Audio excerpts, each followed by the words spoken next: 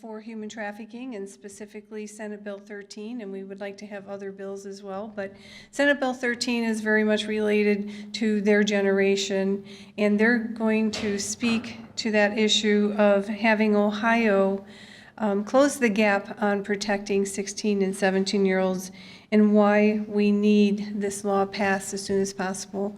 To bring you up to speed, Senate Bill 13 last year was passed in the House with Tavia Golansky and myself and during lame duck. So we've already gone through that process, but we ran out of time in getting it through the Senate. So I'm in the Senate, and it's been awesome to be part of the bipartisan support and the priority in the Senate for Senate Bill 13 to pass for the state of Ohio with a lot of support across the board from the governor, the attorney general, and it now is in the hands of the Ohio House of Representatives. I've had sponsor testimony. We are having testimony December 4th. I've met with the chairman, and so that's being arranged, and I would like for them to speak to the importance of passing this bill for their generation and help us fight and eradicate human trafficking in Ohio.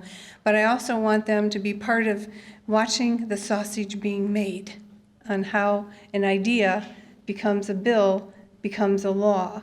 And they'll be providing testimony, whether it's written or coming to the State House to speak to this issue, to the Criminal Justice Committee in the Ohio House of Representatives. And I would like for the opportunity for Senator Kunze to speak as my partner in the Senate, and also Representative Golansky, who sits on the Criminal Justice Committee, which will help shepherd the bill through that process, hopefully very soon. Senator Kunze? Thank you. Well, thank you all for being here, and I just really want to echo my opening statements earlier today and thank Senator Fetter for her hard work, her passion, and really her resilience in fighting this issue. She is someone, I said earlier, that where there is no vision, the people perish, but truly her vision to drive this and to continue to make change in the state of Ohio has been what's leading this effort. And I also want to really sincerely thank Representative Golansky for her work in the Ohio House, because we know we were just having lunch with the students, and one of the questions was, well, now that it's in the House, will it pass? Because it passed last General Assembly, and I said, no, it's not. To your point about making the sausage, it's not necessarily a given that the House members change every 2 years, and so there is always a constant education of individuals and new members. And so it's really important, I think, today to hear from the students as to why this is important, and to continue educating others as to the vulnerability that's out there without closing the gap in this law. And it's my honor to introduce Representative Golansky for a few words. Thank you. Thank you. Thank you so much, Senator Kunze and Senator Fetter. Please observe, for one of the first times I've ever noticed here at the State House, we have bicameral, bipartisan legislation that people agree with. None of us have asked these children what party they represent, because it just doesn't matter. Ohioans want to change. Part of the Ohio Promise is that people can live, work, and retire here in Ohio safely. So human trafficking is a bipartisan, bicameral issue. And without further ado, I want you to hear from the young people of Ohio. First, step forward, please. Yep. And just state your name and where you're from. Hi, I'm Jordan Baith, and I'm from Akron. So, And what do you want to tell us about Senate Bill? I personally like it because I've known multiple people that have been sexually abused or have an abusive family home life, and it just is a scary thought to be able to just go to an airport or even just in your backyard, and you can just get snagged and end up with many, many years ahead of you of abuse and hard labor that you truly don't want to be in. Specifically, some of my family, she was a drug addict and alcoholic, and her husband would abuse her and make her sleep with dealers for drugs. And so I had no idea it was happening until this past year. And it's just a scary thought that my own family members were being abused, and that I'm no longer allowed speaking with them because they happen to take from us. And so I just want to help them and help children in my own community and even across the country just find better ways of communicating their issues with people. So. Who else? Go right ahead, Jada. Hi, my name is Jada McIntyre, and I'm from Toledo, Ohio. And I guess I have a few things to say. The Universal Declaration of Human Rights says that slavery is supposed to be prohibited in all their forms.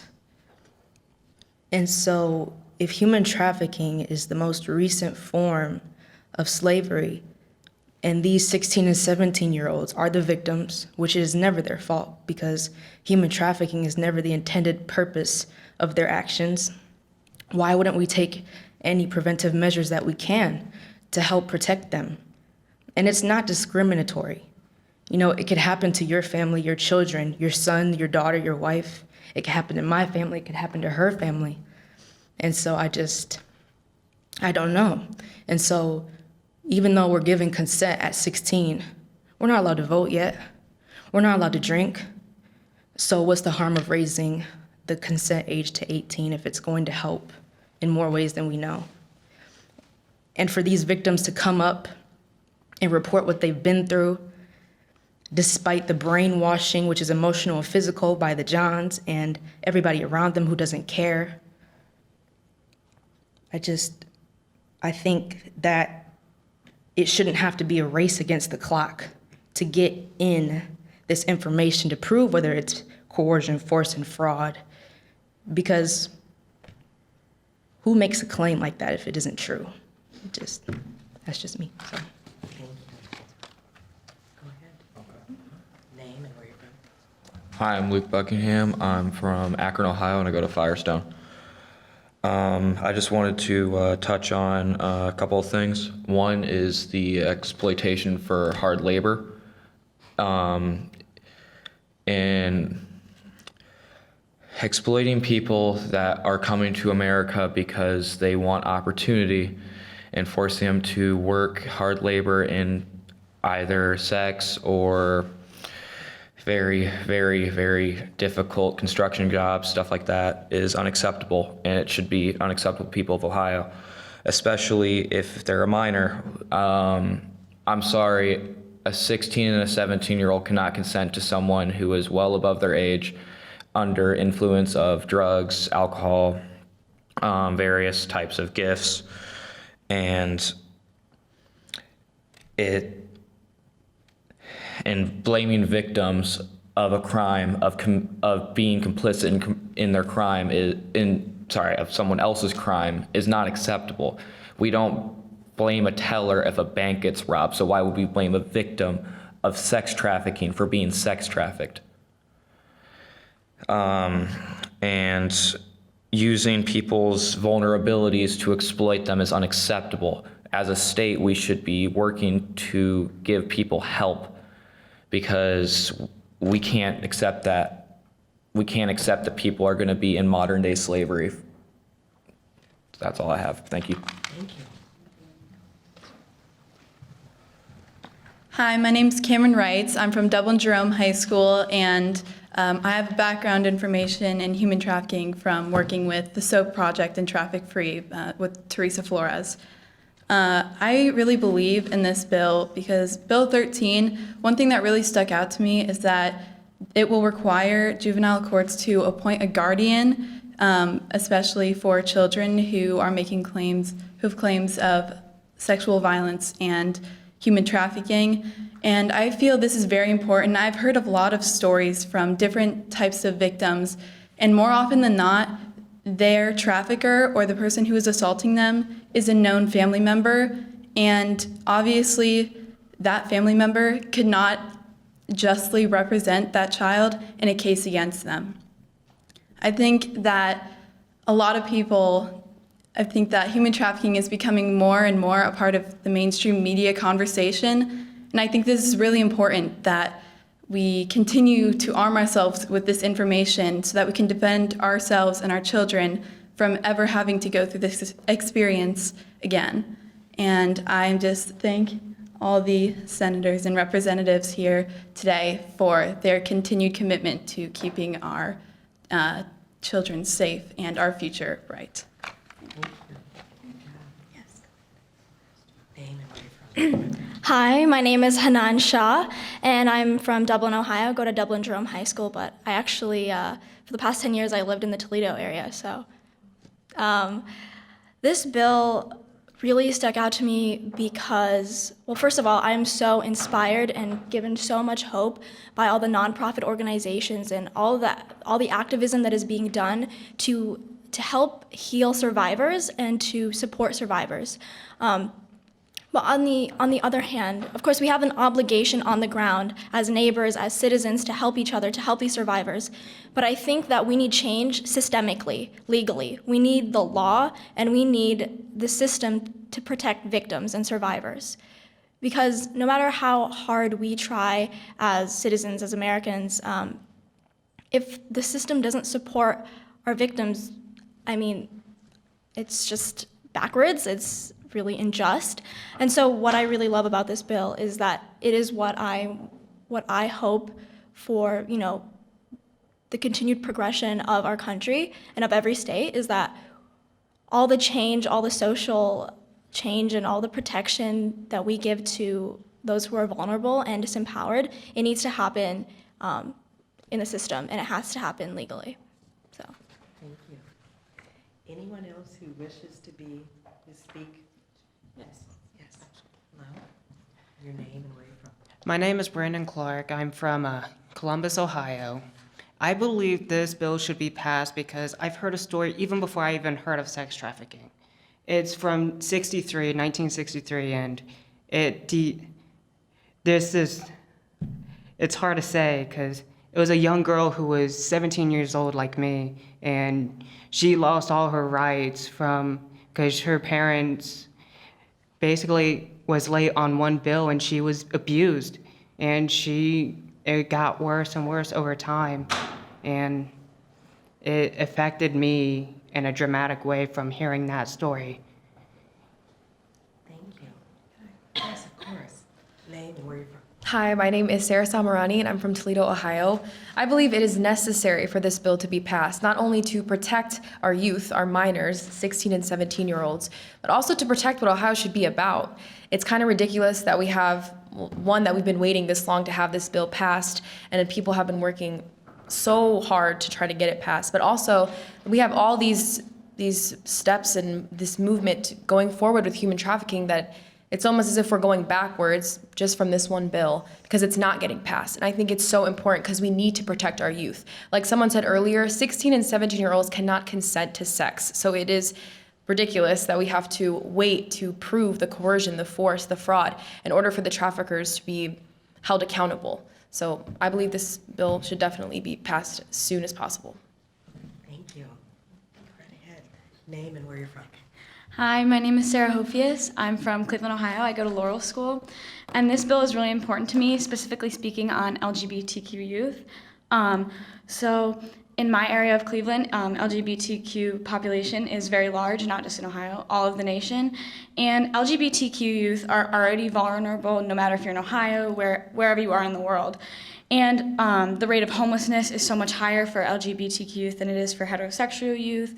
And so the homelessness can involve getting into trafficking. That is another vulnerability. So not only are they not homeless or experience violence because of their sexuality at home, they're now exposed to this human trafficking. So I think since they're already vulnerable in all so many different ways, this should not have to be something that they should worry about constantly, their sexuality and their sexual health regarding traffickers. So thank you. Thank you.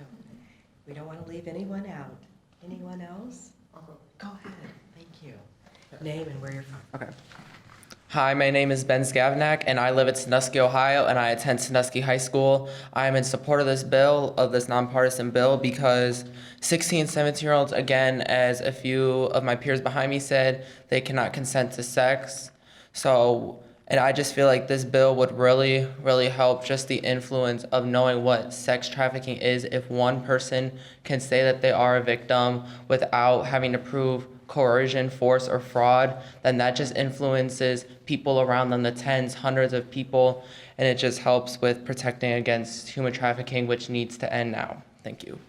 Thank you. Anyone else? Go ahead. Your name and where you're from. All right, my name's Shavea Courts. I go to Columbus Downtown High School. I feel that this bill should be passed because everybody has children, and 16 and 17-year-olds, all kids should be protected, like regardless of what the fraud, the coercion, they shouldn't have to sit there and have to explain that after they've told that story. But, Thank you. Hello, my name is Cassidy Cameron, and I live in Cleveland, Ohio, and I attend Laurel High School. So I also support this bill, and I think that just that 16 and 17-year-olds aren't like under the age of like being consented and stuff, that they do have consent in Ohio for sex and things like that. The pimps do know that, so they're already coming to them since they are more vulnerable and things like that. And Ohio believes that we should like know better since we are older and not just like 12 years old, but we are still young and children, and we should be protected under our state, and so that we don't have to go through different things like that and treated as criminals instead of victims. Thank you. Thank you. I have one last side note. Of course. I'm Jada still from Toledo. The more I think about it, I think maybe one of the underlying problems has to do with the interpretation of consent.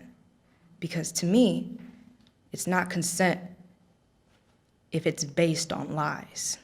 They're deceiving you into an agreement that you are unaware of. And I feel that without even having to move the consent age to 18, 16 and 17-year-olds should be protected if they didn't know what it was coming into. So, yeah. You wanted to say one last thing.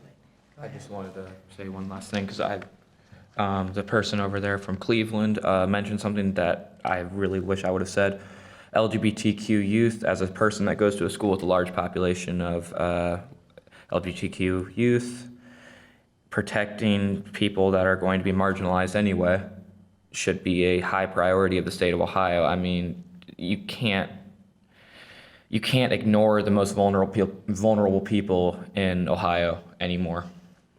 Thank you. Thank you. Senator. Yeah, I apologize.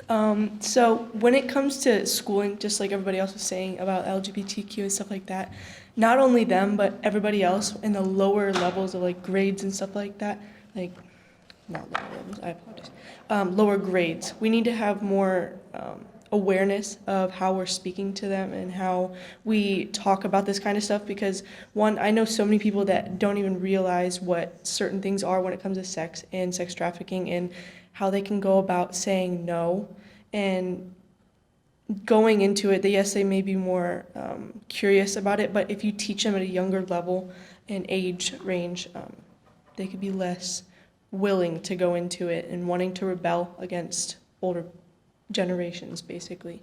Just like drinking and drugs and stuff like that. If you tell them about it and teach them about it, then they wouldn't want to do it in general. So, The bill originally, or the law originally, was based in Ohio on the age of consent. So we only protected our children up to 16 or under 16. So the fact that in the state of Ohio you can consent to sex at 16 meant that in Ohio we were going to treat this issue as if you were an adult. So we're correcting that by saying we're following the federal law that protects everyone that's a minor, so under 18. So that's what we're attempting to do here with this law. We know that 16 and 17-year-olds are not adults. They can't buy liquor. They can't vote. There are a lot of things that you can't do. until you're 18. And so that protection as a minor needs to be under the umbrella of human trafficking. And that's our message with Senate Bill 13. We want to make sure that our 16 and 17-year-olds aren't vulnerable in the state of Ohio, and that this bill will protect them against human trafficking. So with that, we want to address any questions that you might have as far as the media. Well, you must have done a great job. Thank you very much. And we want to make sure we get your emails if you're interested in testifying or doing written testimony through the bill process. And Kevon, right over there, if you want to make sure we have your email and you want to be part of that process, you and your classmates, we'd love for you to be, part of the hearing, watching the bill get passed, and even the bill signing, right, Senator Coonsey? That would be awesome. You would be part of watching the governor sign that bill in law in which you participated. So thank you very much. I hope you enjoy the rest of your day. Thank you. Thank you.